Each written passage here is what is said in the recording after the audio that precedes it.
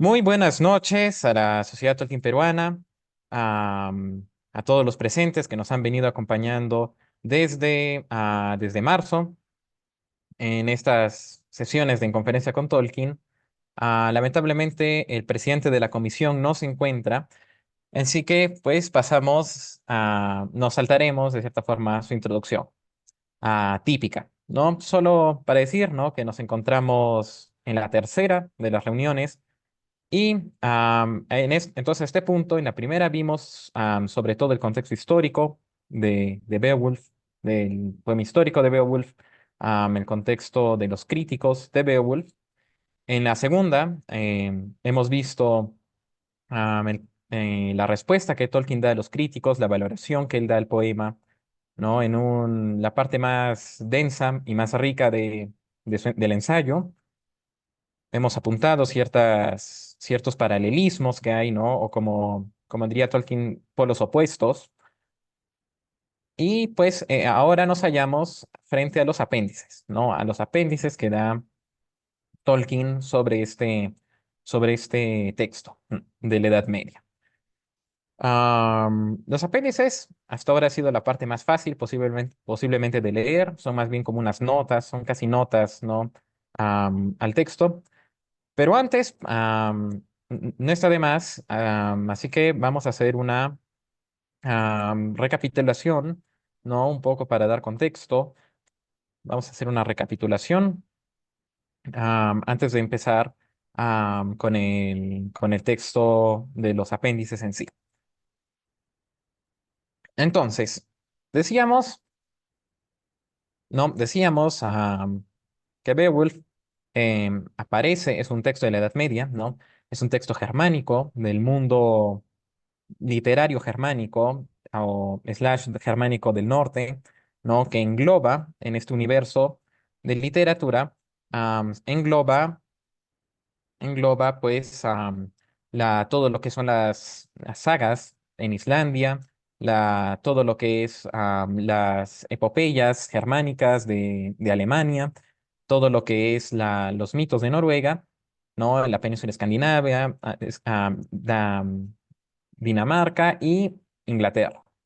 Y este universo literario, ¿no? Este conjunto de literatura que está en cierta forma emparentada, esto pertenece a un universo que es ajeno al mito y a la epopeya grecolatina, ¿no? Todo lo que es Héctor, y la Ilíada,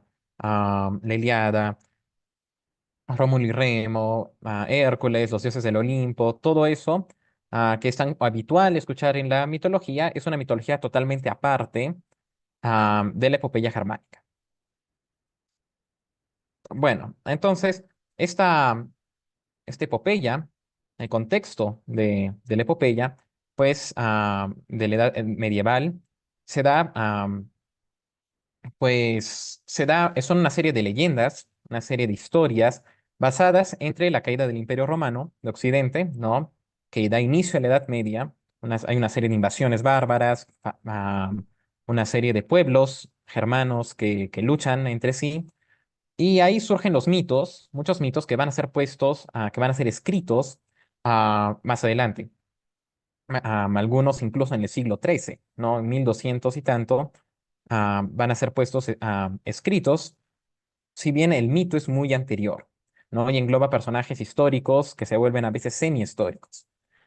Entonces, bueno, existe un gran debate de cuándo Beowulf fue escrito, de cuándo esta obra fue escrita realmente, y sobre su contexto literario.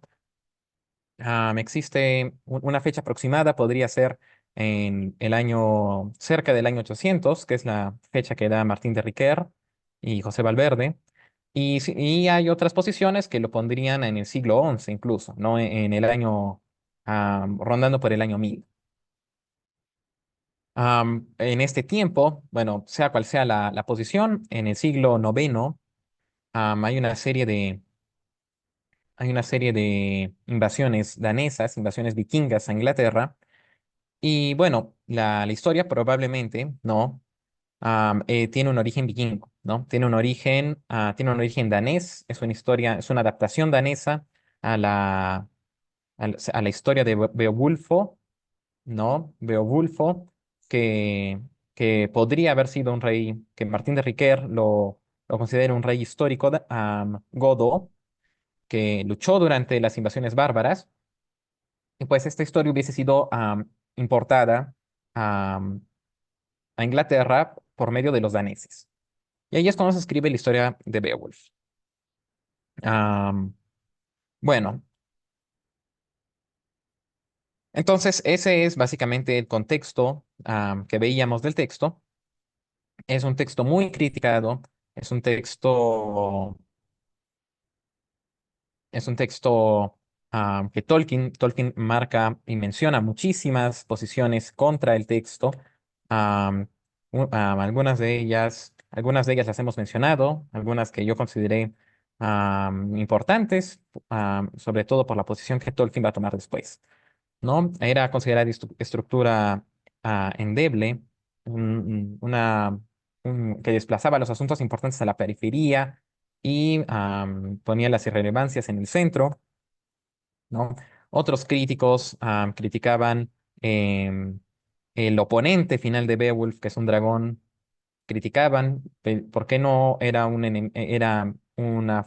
era más histórico, ¿no? ¿Por qué no se daba de una forma más histórica el texto? Porque el tema es básicamente Beowulf, ¿no? Este héroe matando monstruos, ¿no? El texto básicamente pone tres grandes monstruos. Primero es Grendel, es una especie es un ogro, un ogro humano que devora a los daneses, bebe su sangre, ¿no? Entonces Beowulf va a ayudar a los daneses, vence a Grendel, luego la madre de Grendel quiere vengarse, Beowulf vence a la madre de Grendel y finalmente es coronado rey, pasa muchos años y en su vejez Beowulf tiene que enfrentarse a un dragón que acecha su reino y muere Beowulf luchando contra el dragón. Entonces, este, las críticas son mucho la estructura y el tema, básicamente, ¿no? ¿Por qué escogió este tema? ¿Por qué tantos monstruos? ¿Por qué no hay mucho más que monstruos y matanzas de monstruos? ¿Por qué no escogió otro tema el autor de Beowulf? ¿No? ¿Por qué escogió una desolación de dragones? Si habían tantos otros temas interesantes que hacer, que poner. Bueno, entonces Tolkien dice, ¿no? Que Beowulf tiene un valor, ¿no? Menciona que un autor no escribiría más de 3.000 versos para un tema irrelevante. Y dice que en la literatura del norte hay dos ejemplos grandes, ¿no? Am, que es la serpiente de Midgard, asesina de Thor, y Fafnir, el dragón de la saga de los Volsugos, ¿no? Que es asesinado por Sigurd. Y bueno, en cierta forma maldice a Sigurd. Entonces, Tolkien dice no es un mero accidente, no, el dragón, la presencia del dragón. El dragón es el enemigo más poderoso que puede haber y entonces luchar contra este enemigo es la mayor hazaña que puede tener un héroe. Por otra parte, Tolkien menciona que nos encontramos en un momento de cristianización de los pueblos nórdicos, ¿no? Y eso tiene un impacto en la, en la, en la obra, definitivamente, ¿no? Y Tolkien dice que la obra de Beowulf, ¿no? No es una obra, de ninguna manera es una obra pagana, no hay dioses, no hay elementos de culto, pero tampoco es una obra cristiana. Es una obra hecha en un momento de transición, ¿no? Entonces, el autor conscientemente elimina todos los elementos paganos, ¿no? Pero él no quiere hablar del cristianismo, sino quiere hablar de la tradición pagana anterior, ¿no? No quiere que se pierdan estas historias heroicas. Y entonces, pues, hace que esas historias tengan, quita de cierta forma, am, no, es famoso, hay muchísimos ejemplos, sobre todo con la literatura grecolatina, cómo se quitaron los elementos de culto, pero la mitología perduró. Entonces, en ese sentido, por ejemplo, encontramos a muchísimos autores cristianos durante la Edad Media y más allá, ¿no? Durante el Renacimiento, durante los siglos barrocos, ¿no? En el siglo XIX, incluso hasta en estos días, ¿no? Que sin que haya un elemento de culto el, hacia los dioses paganos, sin embargo, resaltan aspectos humanos que son totalmente compatibles con el cristianismo. Por ejemplo, el valor, por ejemplo, la virtud humana, ¿no? La justicia, la prudencia, la fortaleza, la templanza, ¿no? Son unos elementos que siempre, que han estado, ¿no? Que son totalmente compatibles con el cristianismo. Es más, son virtudes cristianas, pero ya existían antes del cristianismo, ¿no? Son virtudes naturales. Entonces, bueno, Tolkien menciona de una forma casi, bueno, contrastando lo que decía el famoso, ¿qué tiene que ver Ingel con Cristo, ¿no? Este rechazo hacia la mitología pagana de qué tiene que ver, o sea, no lo necesitamos para salvarnos, ¿qué tiene que ver Ingel con Cristo? Él lo compara, bueno, ¿y qué tiene que ver Héctor con Cristo, ¿no? ¿Por qué en la literatura pagana del Mediterráneo pudo sobrevivir los grandes ejemplos de valor, ¿no? A pesar de que ya no se da culto a los dioses, ¿y por qué la mitología del norte tendría que desaparecer? Entonces él básicamente dice, ¿no? Apunta que am, así como hace un gran contraste entre los griegos, la mitología grecorromana y la germánica, y dice, o sea, de cierta forma, que hace un paralelismo entre este intento de salvar esta literatura que estaba, que estaba al borde de la desaparición, ¿no? De los germanos, lo compara con lo que se hizo con los griegos, ¿no? Que se introdujo, se salvó, ¿no? Se salvó esta mitología a pesar de que los elementos de culto desaparecieron. Entonces, no hay que olvidar que Tácito nos dice, y esto ha sido realidad incluso después, de que gran parte de la historia, ¿no? Gran parte de los registros y la historia de los pueblos germánicos era exclusivamente oral. Por eso hay tanta importancia en la palabra, por eso hay tanta importancia en la costumbre, ¿no? Porque, porque no había en muchos casos una escritura, un sistema de escritura como tal, ¿no? Entonces, el autor de Beowulf, lo que Tolkien dice es que está al borde, está viendo cómo está en un proceso de transición, llega el cristianismo, y bueno, él ve cómo estos grandes ejemplos de virtud humana que no se oponen al cristianismo pueden perderse, ¿no? De hecho, están a punto de ser perdidos.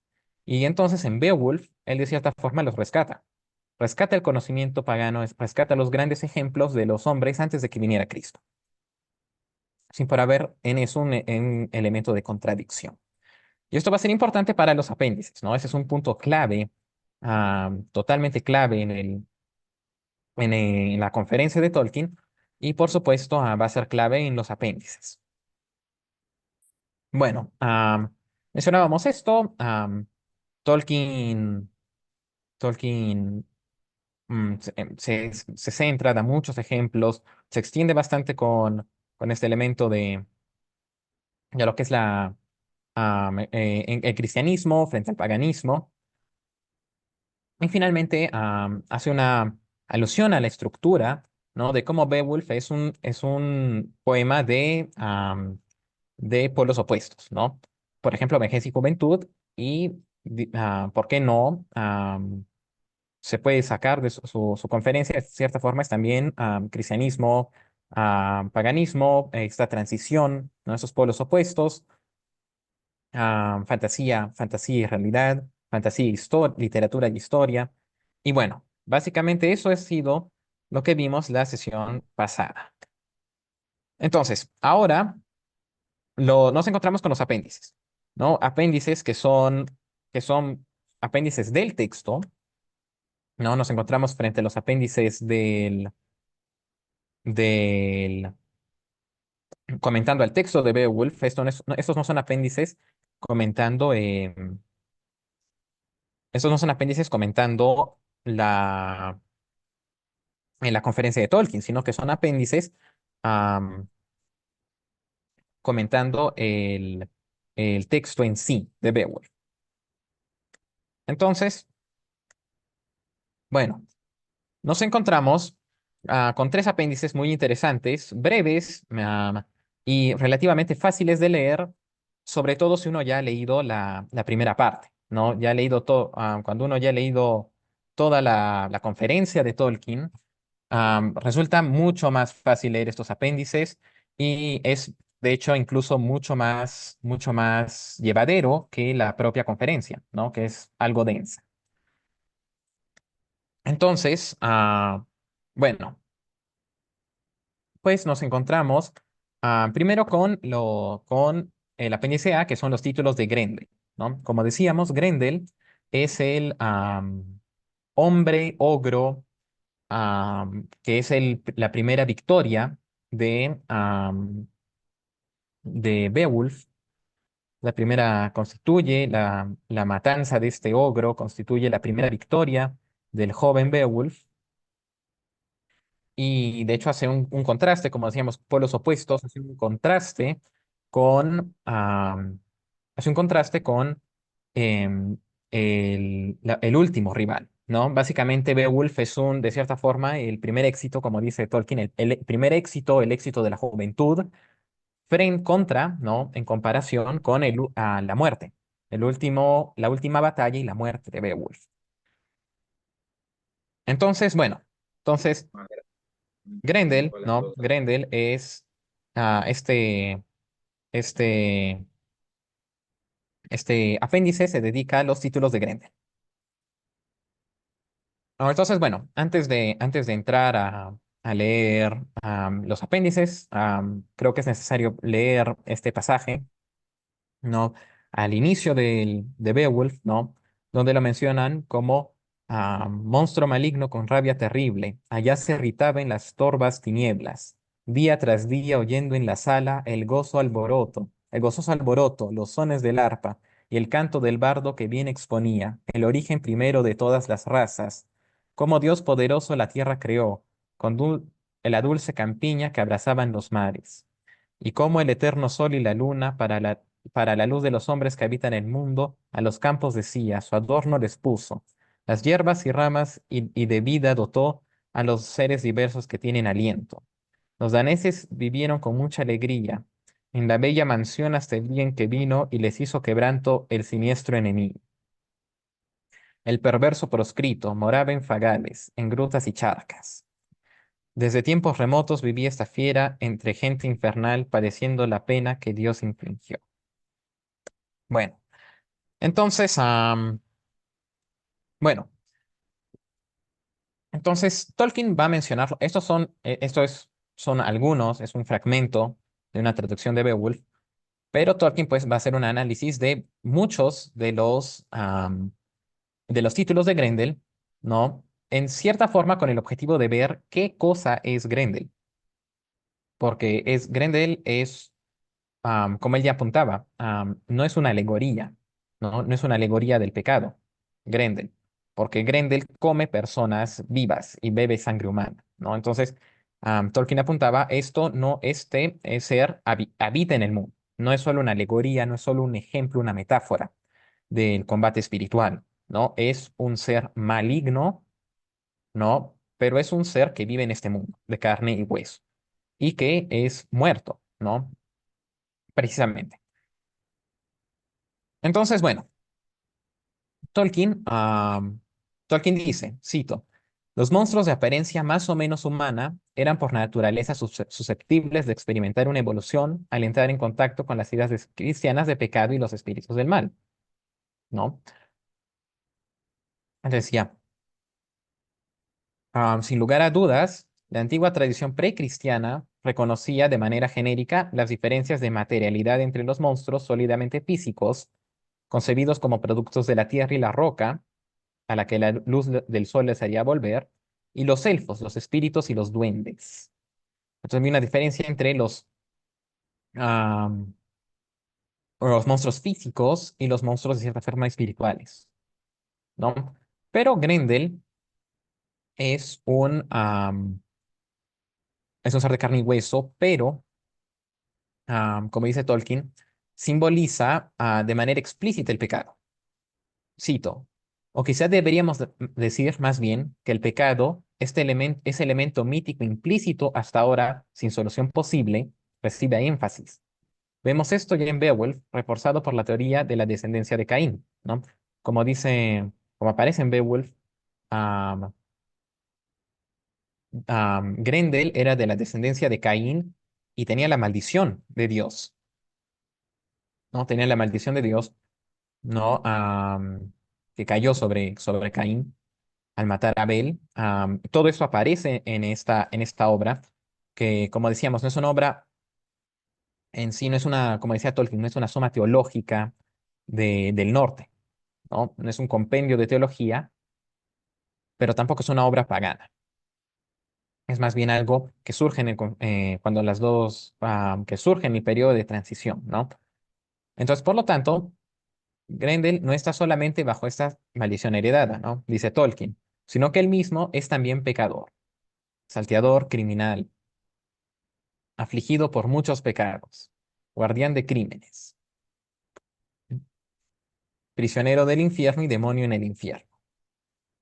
Entonces dice, como imagen del hombre alejado de Dios, no solo se hace referencia a él con todos los nombres aplicables a los hombres normales, tales como Ver, Rick, Guma, Maga, sino que es concebido como alguien que posee un espíritu distinto de su cuerpo que será castigado.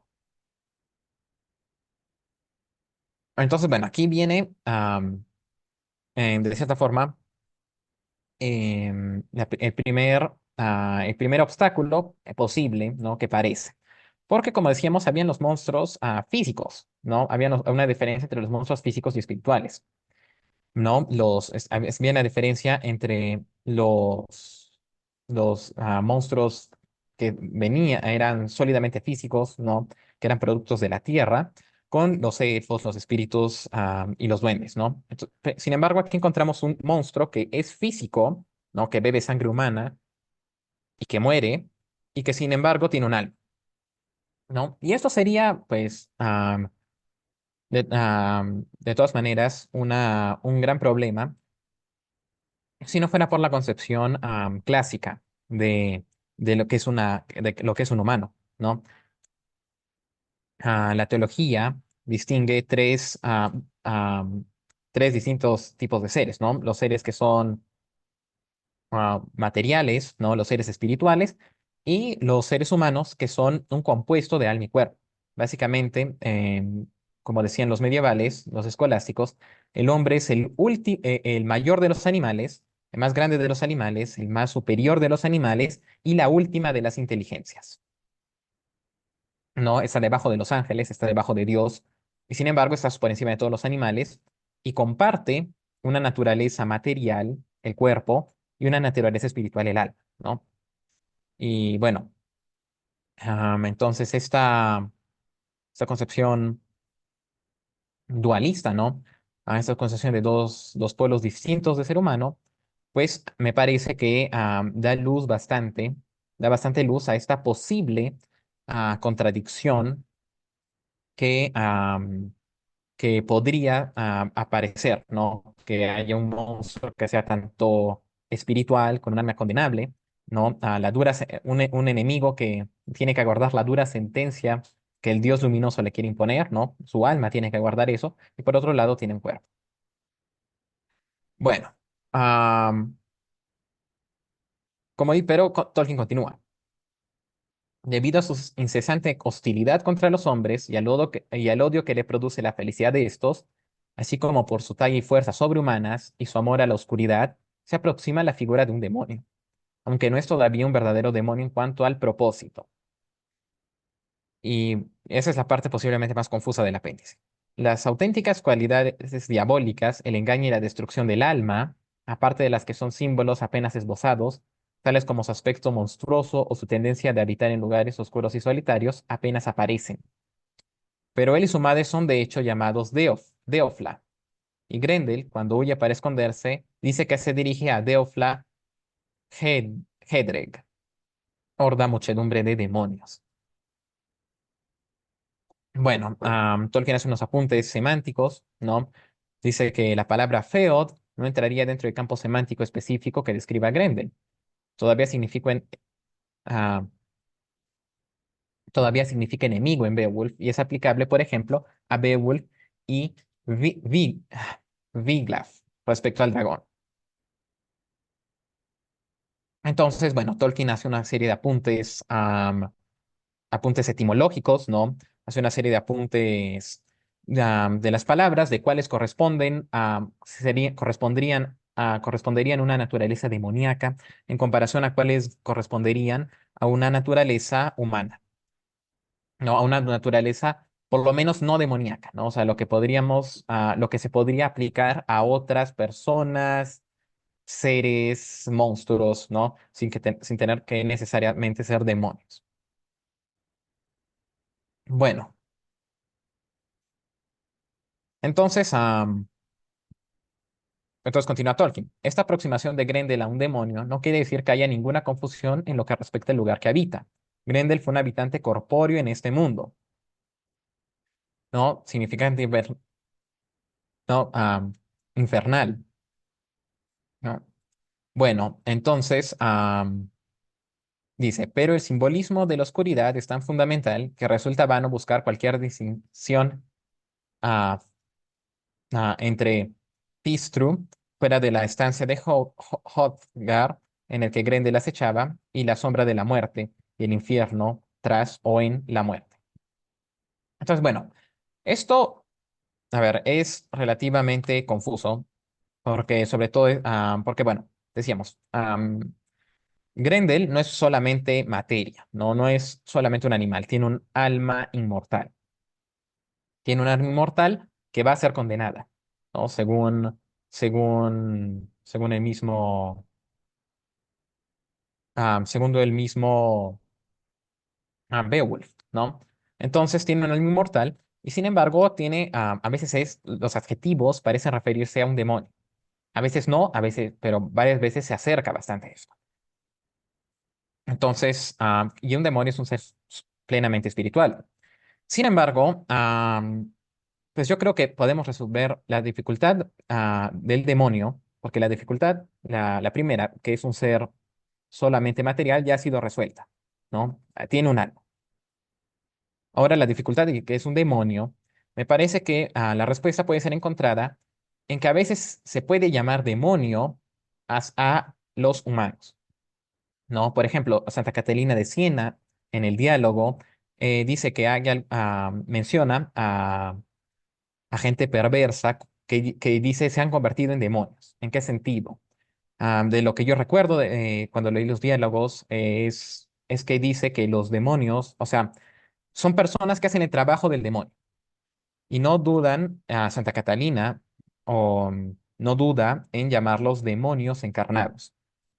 Es decir, personas, humanos, que hacen el papel del demonio, la función del demonio, que es perder las almas, ¿no? Entonces, dice a gente que pierde de tal forma las almas que merecen el nombre de demonios encarnados. Entonces, bueno, con esta concepción, me parece que es bastante más fácil entender el texto de Tolkien. Entonces, continúo diciendo Tolkien, de esta manera, a pesar de la transformación, de hecho, en proceso, Grendel continúa siendo sobre todo un ogro, un monstruo físico cuya función principal es la hostilidad contra la humanidad. Entonces dice, es un fife sin un firs, un eoten, o más bien el eoten, ya que esta antigua palabra solo se conserva en inglés antiguo aplicada a él, pero normalmente se le clasifica simplemente como enemigo. Términos todos aplicables a enemigos de cualquier clase. Y aunque él, como ogro, guarda parentesco con los demonios y está destinado a morir y al morir a contarse entre los espíritus malvados, no es una encarnación del mal que destruye las almas en el momento en que lucha con Beowulf. Así es acertado decir que Grendel no es todavía un demonio medieval real, ¿no?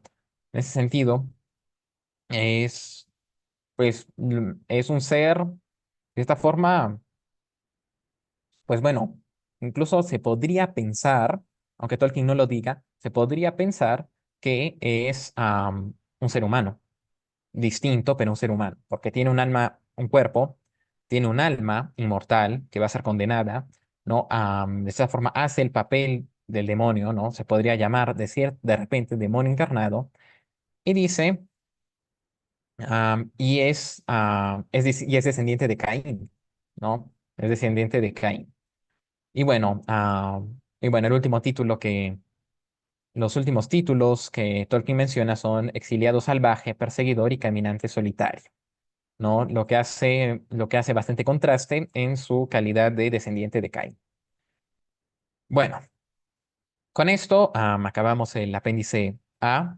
Es un apéndice ciertamente muy interesante, lleno pues, de la erudición de Tolkien en cuanto a la etimología.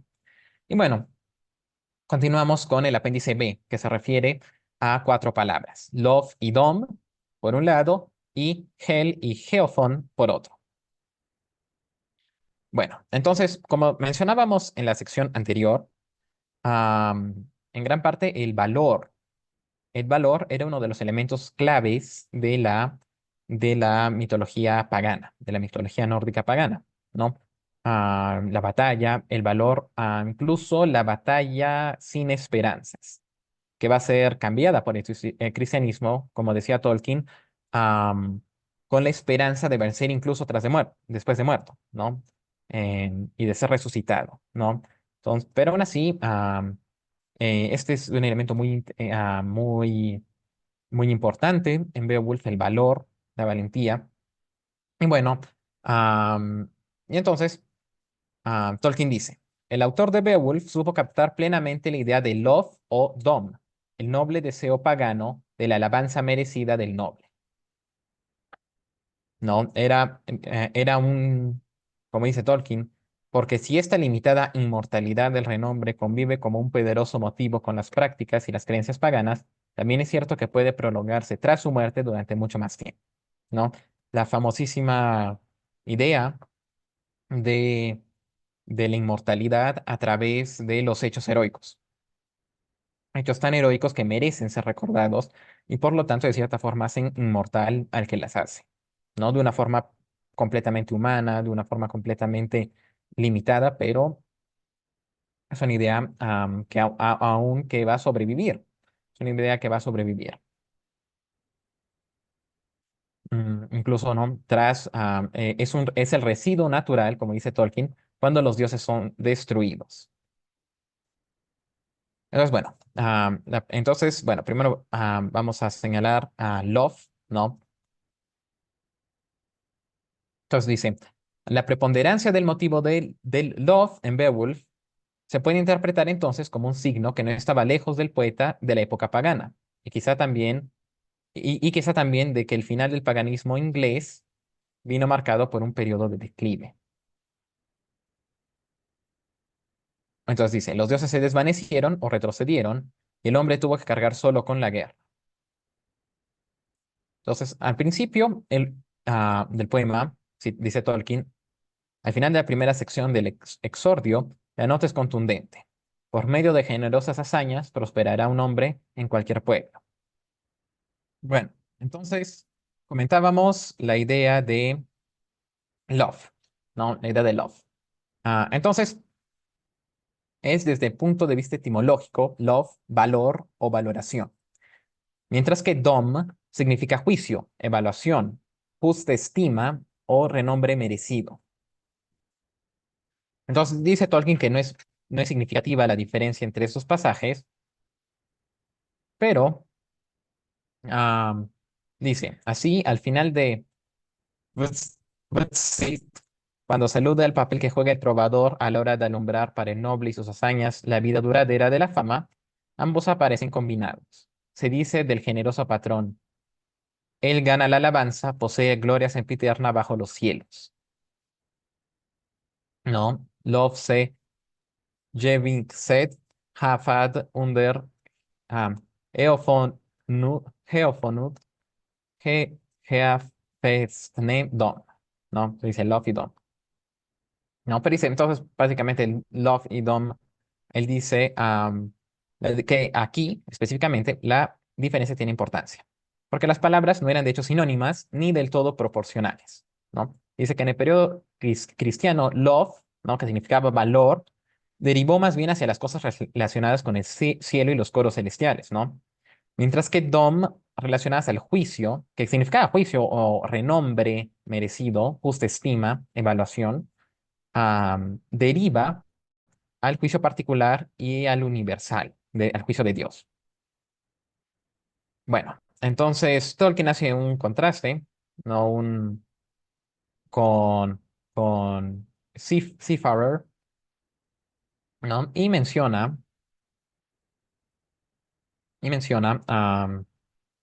cita esta obra diciendo, por lo tanto, es para todos los hombres nobles el mejor homenaje y alabanza de los vivos que le celebran tras la muerte, porque antes que haya de partir se haga merecedor a través de sus gestas heroicas contra la maldad de los enemigos, oponiéndose al demonio de que los hijos de los hombres le alaben y su love viva con los ángeles para por siempre jamás la gloria de la vida eterna, regocijándose entre las huestes de los elegidos. ¿No? Entonces este es un pasaje del Seafarer y Tolkien dice que es un pasaje que podría simplificarse, pero no encontramos nada parecido en Beowulf, ¿no? Del texto de Seafarer, Tolkien menciona am, que Love es una resistencia contra los enemigos espirituales, ¿no? Que es interesante porque los enemigos de, de Beowulf, en contraste, son enemigos materiales, son enemigos físicos, ¿no? Y incluye a Love, o sea, incluye a Love em, como las alabanzas de los ángeles, ¿no? Entonces es interesante, es evidentemente am, es un texto interesante en inglés antiguo, pero Tolkien dice que no encontramos nada parecido en esta definitiva alteración en Beowulf, ¿no? Love en Beowulf sigue siendo el Love pagano, la alabanza de los semejantes, no la alabanza de los ángeles en una victoria espiritual, ¿no? ¿No? Entonces, y en el mejor de los casos, está entre los hombres, entre los descendientes, no con los ángeles, ¿no? No en el cielo, sino aquí en la tierra, es el recuerdo de las hazañas. Bueno, entonces, bueno, continúa Tolkien diciendo que no existe en Beowulf, no existe una referencia clara al cielo, como a su opuesto, ¿no? Como al infierno, ¿no? No existe el cielo como el cielo que conocemos, ¿no? Bienaventuranza, santidad, am, en presencia de Dios, ¿no? Bueno, entonces, entonces dice que la palabra, ¿no? Dice que geofon en singular y en plural, así como sus sinónimos, tales como rodar, son frecuentes, ¿no? Pero no se pero se refieren al pasaje particular o al cielo bajo el que habitan todos los hombres, no al cielo espiritual donde está Dios y sus ángeles y sus santos. Y dice, aun cuando esas palabras son empleadas con las que designan a Dios, que es Señor de los cielos, tales expresiones son sobre todo paralelas a otras que describen su gobierno general de la naturaleza y su reino que incluye la tierra, el mar y el cielo. Bueno, am,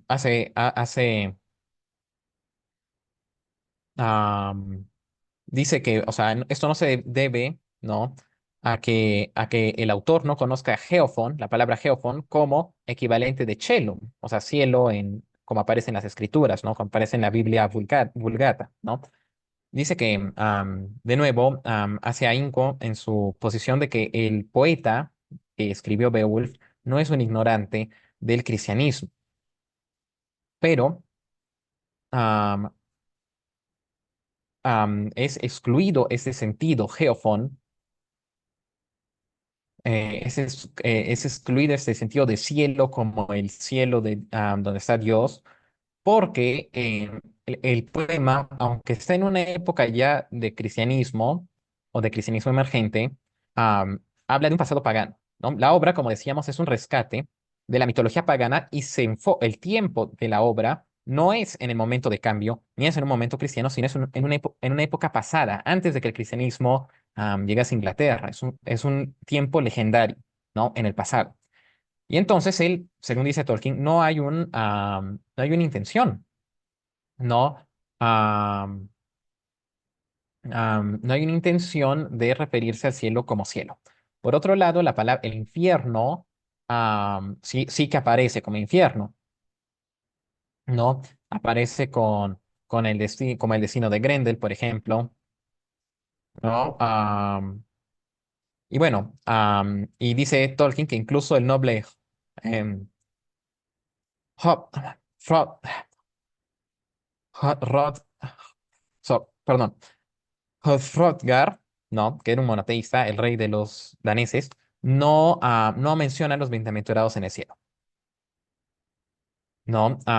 Y la recompensa de la virtud que él predice, ¿no? En Beowulf, dice Tolkien, que su dom vivirá lo mismo igual que Sigurd en Noruega. Es decir, que perdurará por siempre su nombre. Bueno, entonces, como dice, bueno, pero continúa Tolkien, esta idea es susceptible a ser cristianizada, como lo era, como hemos visto en el pasaje citado anteriormente, ¿no? De esta forma es el recuerdo de las acciones justas, ¿no? El recuerdo de la virtud que tuvo. Bueno, ah, bueno, bueno, continúa Tolkien hablando sobre el Dom de Beowulf, que había siendo joven. ¿No? Dice, había declarado era el primer motivo de la conducta noble, el dom, pero aquí combinada con Shewat Sesean, debe de significar la gloria que pertenece a los justos, o bien el juicio de Dios sobre los justos.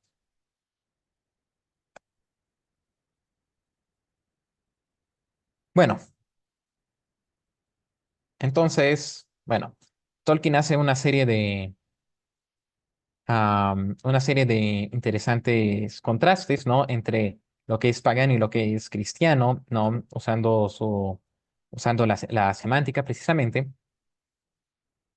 Y bueno, pues continúa diciendo, el argumento de que el lenguaje del poema, el argumento de que el lenguaje del poema no es en general el producto de la estupidez ni del acaso, hay que encontrarlo en el hecho que se puede observar una diferenciación. Es decir, podemos, en el aspecto filosófico y el sentimiento religioso, distinguir, por ejemplo, al poeta como narrador y comentarista, ve a Beowulf y sea Hrothgar, ¿no? Entonces, Beowulf, Beowulf es un personaje que contrasta bastante con Hrothgar, ¿no? Porque el rey de los daneses es monoteísta, lo que es interesante, es adorador de un solo dios y agradece am, siempre a Dios por los favores recibidos, ¿no? Se ha sugerido cierta crítica de que él podría estar inspirado en los patriarcas y reyes del Antiguo Testamento. En cambio, Beowulf no habla mucho de Dios y pocas veces agradece a Dios, ¿no? ¿No? Entonces, Tolkien pues señala. hace énfasis en en lo poco que Beowulf se centra en agradecer a Dios en comparación a Hrothgar, ¿no? Y sin embargo, Beowulf no conoce el infierno, conoce el juicio, no, no es ajeno a las realidades espirituales y pues finalmente pues tiene de cierta forma una casi clase de examen de conciencia donde él dice que Dios no lo podrá juzgar mal por una acción que hizo. Y bueno, y bueno, am, finalmente Tolkien dice, se refiere a la vejez de Beowulf, ¿no? Donde dice, queda claro que los caracteres y sentimientos de los dos actores principales del poema responden a concepciones diferentes. Allá donde el poeta revela los pensamientos de Beowulf, podemos observar que su fuerza la encontraba en sí mismo, ¿no? La fuerza era un favor de Dios, ¿no? Semejante a los cristianos escandinavos. Pero, como dice, no cabe ninguna desde el punto de vista métrico en el original, ¿no? Por tanto, no debería aparecer ninguna en la traducción. El favor de Dios era la posesión de Megan. Si lo sabía o no, la cualidad suprema de los antiguos héroes, su valor, era el don principal recibido de Dios y como tal podría ser admirado y alabado. Respecto a Beowulf, el poeta nos dice finalmente que cuando fue narrado el ruinoso asalto del dragón, él estaba negado en la duda y la desesperación. Se ha dicho, contrario a la antigua ley, tiene aquí una interpretación cristiana, pero difícilmente parece que este es el caso. Este es el miedo pagano y no el cristiano. Ofer Ealde Rif. El miedo de un poder inescrutable. Un método que no puede ofender sin darse cuenta. Es más, se trata del dolor de un hombre que, aunque conocía a Dios y estaba ávido de justicia, aún estaba muy alejado y tenía el infierno en su corazón. Entonces ahí, este apéndice, de una forma resalta de una manera bastante fuerte que Beowulf, de hecho, una vez más, no es un poema cristiano, ¿no? No es un poema donde los personajes siquiera sean cristianos, ¿no? Y por más de que hay elementos de sabiduría en ellos, en muchos casos el autor los quiere poner como si fuese una época muy remota y donde el conocimiento de Dios y el conocimiento de varios aspectos se da de manera natural. Y bueno, bueno, entonces con eso acabamos el segundo apéndice y pasamos al último, que lo voy a decir de manera rápida, los versos a 175 a 188, que son versos totalmente muy interesantes, que merecen mención, porque bueno, se trata de porque es una parte que aquí sí es realmente cristiana, ¿no? Y pues posiblemente corresponde al autor de Beowulf hablando como comentador, como comentarista. Él dice, a menudo los dioses en templos paganos ofrendas hacían, súplica alzaban, ayuda esperando en su agobio sin fin, del que mata las almas, o sea, el demonio. Era tal la costumbre de las gentes infieles, sus mentes ponían allá en el infierno. No sabían de Dios, del buen Creador, del Señor poderoso. Nunca alabarían al Rey celestial, al Señor de la gloria. Triste de aquel que en horrible desgracia su espíritu entrega al abrazo del fuego. Alivio no espere en el último día. Ante Dios se presenta y es acogido. No, alivio no espere, ya nunca saldrá. Feliz el varón que en el último día ante Dios se presenta y es acogido en el seno del Padre. O sea, esto es cristianismo puro. No imposiblemente es una especie de comentario. Es una especie del que escribe el poema como comentador. Y bueno, entonces Tolkien, bueno, dice, si esto es original, el poeta debe haber tenido la intención de distinguir entre el sabio Hrothgar que ciertamente conocía a Dios y daba las gracias con frecuencia, y una cierta facción de paganos daneses, sacerdotes paganos, por ejemplo, así como aquellos que habían recurrido a ellos bajo la tentación de la calamidad, ¿no? Entonces, bueno, Tolkien lo contrasta, dice que es probable que hay el contraste entre lo que veíamos al inicio, la alabanza, la creación, ¿no? Dios todopoderoso ¿no? Que creó cielo y tierra, la dulce campiña que abrazan los mares, como hizo el eterno, el sol y la luna, ¿no? Que probablemente hay un contraste con esto, que es que en el momento de la desesperación la gente va a la magia, a los sacerdotes paganos. Y bueno, cuando cuando llega Grendel. Bueno. Entonces, dice, queda abierto sin duda si los versos 181 y 188 son originales. Al 188 son originales. Dice que no, por supuesto, a causa de la aparente discrepancia, aun cuando es un asunto vital para el poema entero, no podemos desautorizar los versos simplemente porque plantean una dificultad de tal especie, sino porque, a menos que mi oído y mi juicio anden del todo errados, poseen una entonación y una métrica diferentes de su contexto e incluso del conjunto del poema, ¿no? La estructura y la métrica, ¿no? Entonación hacen que sean distintos. Bueno, entonces Tolkien sospecha que ha sido remodelada, ¿no? Que ha sido la segunda mitad del verso 180. No sabían de Dios, ¿no? Sospecha que han sido remodelada. Y bueno, dice que en cualquier caso, él menciona un crítico, Hoops, ¿no? Que supone que su interpretación del tema, su interpretación de la obra es que, bueno, am, para algo así como que él hubiese cambiado. Porque supuestamente, como las oraciones no fueron respondidas, las oraciones de los daneses, entonces, supuestamente el poeta que hizo Beowulf, según Hoops, habría dicho, bueno, entonces vamos a dirigir las plegarias al diablo para no dejar mal a Christengott, o sea, al dios cristiano, ¿no?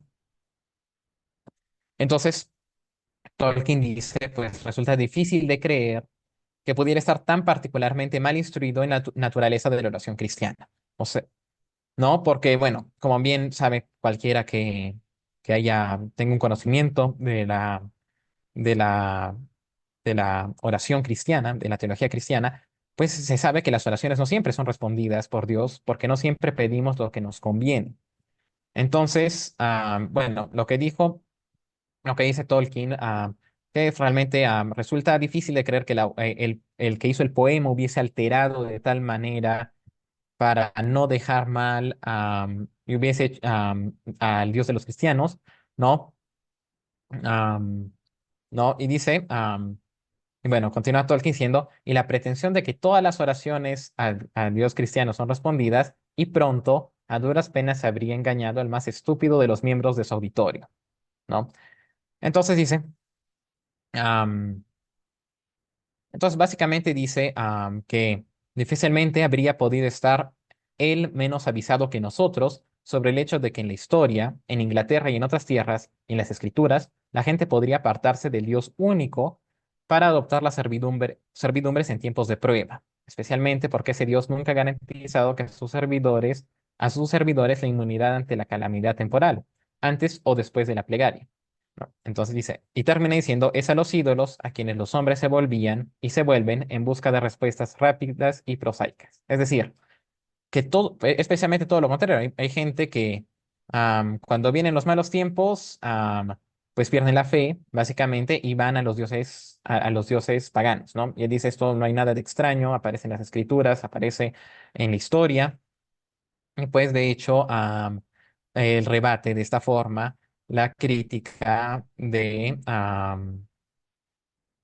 la crítica de Hoops que le daba.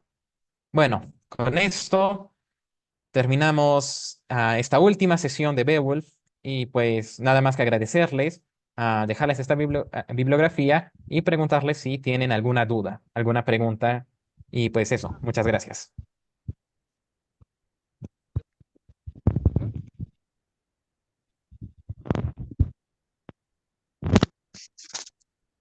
Ignacio, ¿me escuchas?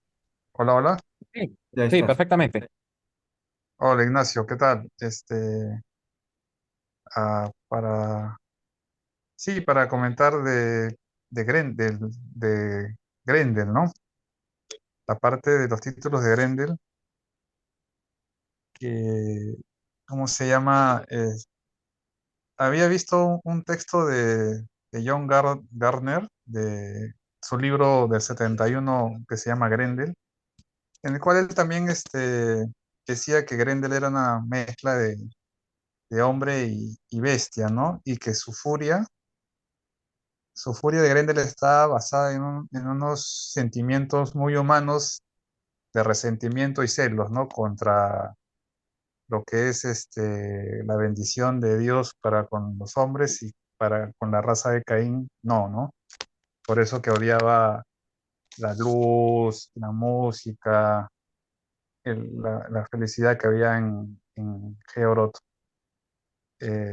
Había leído esa parte del libro Grendel de John Gardner.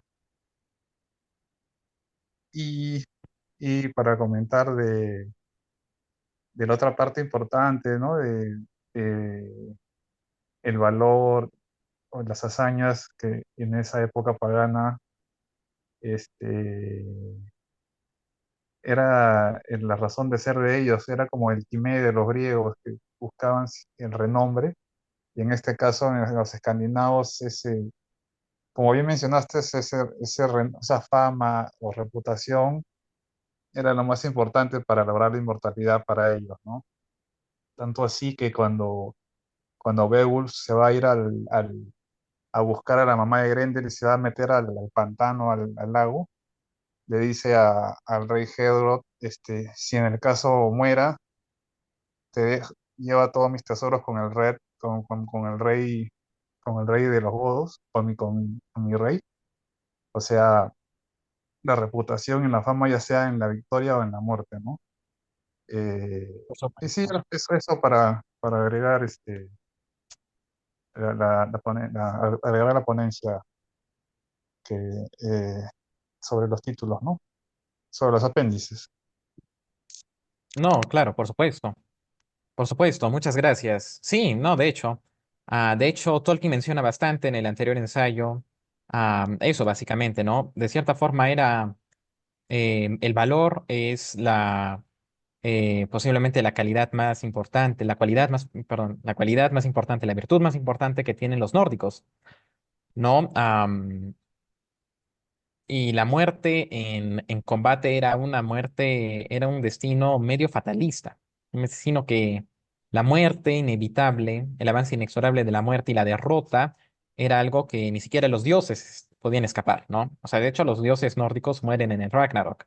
Aunque bueno, no quiero extenderme mucho en eso porque hay diversas teorías sobre el Ragnarok y por qué los dioses mueren, pero en valor es muy importante y la gloria, ¿no? Sobre todo era una gloria que pervivía, o sea, como es fatalista precisamente, como no había mucha esperanza que va a traer el cristianismo después, y Tolkien lo resalta, am, pues entonces era el valor, ¿no? Era importante, ¿no? El valor, incluso el valor desesperado, y el valor am, cuando uno frente a la derrota inevitable, ¿no? Inexorable. Era un elemento bastante fuerte en el paganismo. Y bueno, muy interesante lo que menciona sobre, sobre, sobre Grendel, porque bueno, en la mitología nórdica, sobre todo, bueno, o sea, específicamente en las sagas, ¿cómo se dice esto? Las sagas Las nórdicas, sagas islandesas, ¿no? Las ya. sagas nórdicas. Claro, ajá, islandesas específicamente, me parece, pero en las sagas nórdicas, los dioses y los humanos podían tener hijos que fuesen monstruos, ¿no? Tal es el caso de Fafnir, el dragón en la historia de Sigurd, que tenía Era un hermano que era un enano. Un tenía un enano era, hermano que ¿no? era un enano y tenía otro hermano que era un hombre que se podía convertir en nutria, ¿no? Entonces, por ejemplo, por ejemplo, Loki. Loki tiene hijos que son monstruos, ¿no? Y entonces, por supuesto, teniendo esto en cuenta, claro, habría la posibilidad de que, evidentemente, en esta mitología, ser descendiente de Caín no garantiza que seas un humano, ¿no? Precisamente. Pero por otro lado, bueno, o sea, existe evidentemente las interpretaciones de un texto, hasta qué punto es lo que el autor realmente quería decir, ¿no? Eh, Entonces, bueno, también yo pienso que también no es descabellada la idea de pensar que era un humano monstruoso, monstruosamente grande y poderoso y fuerte. claro, ¿cómo se llama la palabra en hebreo de Caín? Es Quayín. Yo recuerdo haber leído y eso significa criatura y que de él descienden todos los monstruos, cosas del mal, ¿no? Más o menos va por el lado de Grendel, de la descendencia de- de la palabra Quayín, ¿no? Claro, podría ser, pero no hay que olvidar nunca que esto no es un texto cristiano, ¿no? A pesar de las referencias, ¿no? Como Tolkien dice, o sea, hay que pensar que existe en cierto punto el autor de Beowulf, como comentador, ¿no? Como comentador a un texto anterior, o sea, a historias anteriores, mejor dicho, ¿no? Entonces, claro, estos elementos como Caín, por ejemplo, que son evidentemente cristianos, ¿no? O sea, no, ahí no hay no hay nada que hacer, ¿no? No hay ninguna forma de encontrarle otro pasado en el paganismo. Am, Sin embargo, no es una obra ni cristiana ni realmente pagana, ¿no? En cuanto a culto.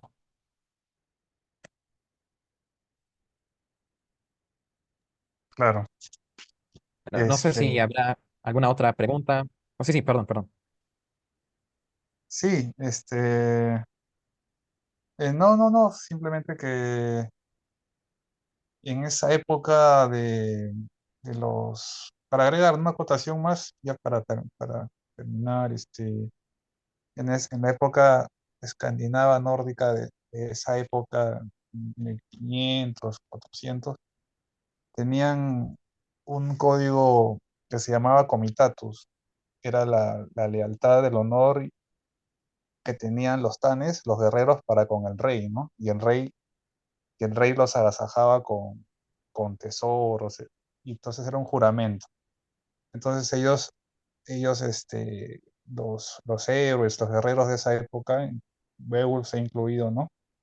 Daban hasta su vida por su rey, bajo ese código que tenían comitatus. Entonces, y así moría un rey, quedaba en venganza de por vida para vengarlo, ¿no? Pero siempre buscando, mientras estaba en vida, siempre buscando la gloria y la reputación y la fama que estábamos comentando, ¿no? Eso es por un tema de cómo era su cultura nórdica bueno, en esa época pagana, ¿no? Por supuesto, incluso en el feudalismo, en la Edad Media, am, recoge mucho de eso, ¿no? De esa tradición germánica. De hecho, la Edad Media tiene, sobre todo en Francia, y no decir en Alemania, muchas cosas que vienen de los germanos, ¿no? De los germanos y de sus tradiciones. Y bueno, todo eso del feudalismo tiene fuertes raíces precisamente en esta lealtad personal que como, o sea, otros pueblos también la tuvieron, sobre todo algunos en contextos específicos, por ejemplo, en la República, en las guerras civiles, ¿no? La estructura del ejército ayudaba mucho a esta lealtad más al general que a que a Roma incluso.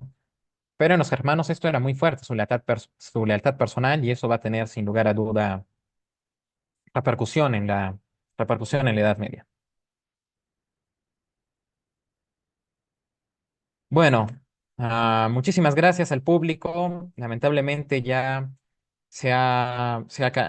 pues se nos ha acabado el tiempo, tenemos que cerrar, pero agradezco mucho su participación, su asistencia y pues continuaremos con con este curso en conferencias con Tolkien, pues hasta el final del semestre. Muchísimas gracias.